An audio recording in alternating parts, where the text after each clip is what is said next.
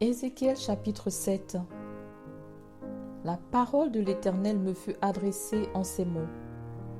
Et toi, fils de l'homme, ainsi parle le Seigneur, l'Éternel, sur le pays d'Israël. Voici la fin vient sur les 4 extrémités du pays. Maintenant, la fin vient sur toi. J'enverrai ma colère contre toi. Je te jugerai selon tes voies.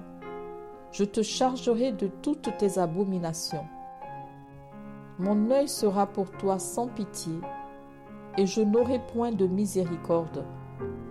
Mais je te chargerai de tes voies, et tes abominations seront au milieu de toi. Et vous saurez que je suis l'Éternel. Ainsi parle le Seigneur, l'Éternel. Un malheur unique. Voici, il vient. La fin vient, elle se réveille contre toi. Voici, elle vient. Ton tour arrive, habitant du pays.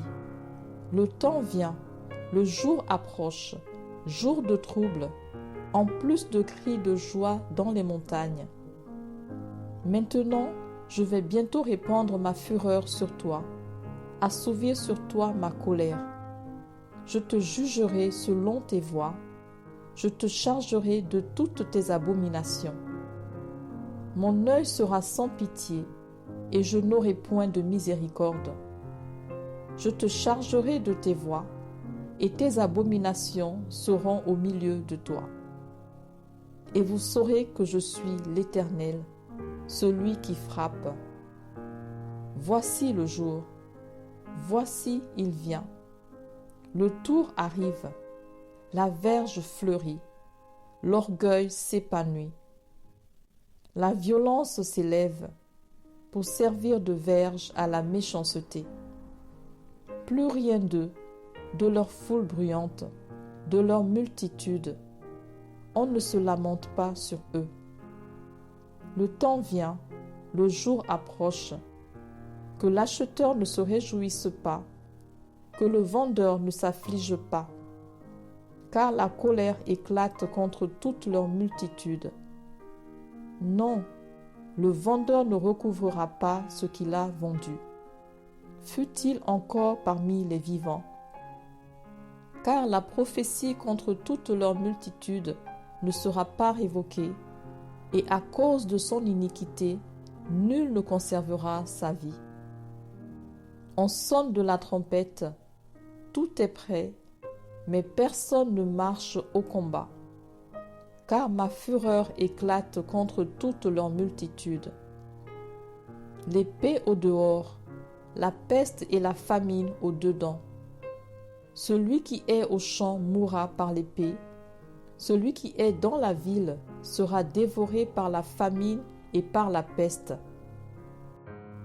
Leurs fuyards s'échappent, ils sont sur les montagnes, comme les colombes des vallées, tous gémissant, chacun sur son iniquité. Toutes les mains sont affaiblies, tous les genoux se fondent en eau, ils se saignent de sacs, et la terreur les enveloppe. Tous les visages sont confus, toutes les têtes sont rasées. Ils jetteront leur argent dans les rues, et leur or sera pour eux un objet d'horreur. Leur argent et leur or ne pourront les sauver. Au jour de la fureur de l'Éternel, ils ne pourront ni rassasier leur âme, ni remplir leurs entrailles, car c'est ce qui les a fait tomber dans leur iniquité. Ils étaient fiers de leur magnifique parure, et ils en ont fabriqué les images de leurs abominations, de leurs idoles. C'est pourquoi je la rendrai pour eux un objet d'horreur. Je la donnerai en pillage aux mains des étrangers, et comme butin aux impies de la terre, afin qu'ils la profanent. Je détournerai d'eux ma face, et l'on souillera mon sanctuaire. Des furieux y pénétreront et le profaneront. Prépare les chaînes, car le pays est rempli de meurtres. La ville est pleine de violence. Je ferai venir les plus méchants des peuples pour qu'ils s'emparent de leurs maisons. Je mettrai fin à l'orgueil des puissants et leurs sanctuaires seront profanés. La ruine vient. Ils cherchent le salut et point de salut. Il arrive malheur sur malheur, un bruit succède à un bruit. Ils demandent des visions aux prophètes. Les sacrificateurs ne connaissent plus la loi. Les anciens n'ont plus de conseil.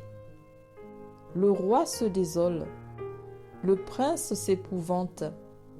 Les mains du peuple du pays sont tremblantes. Je les traiterai selon leur voie. Je les jugerai comme ils le méritent, et ils sauront que je suis l'Éternel.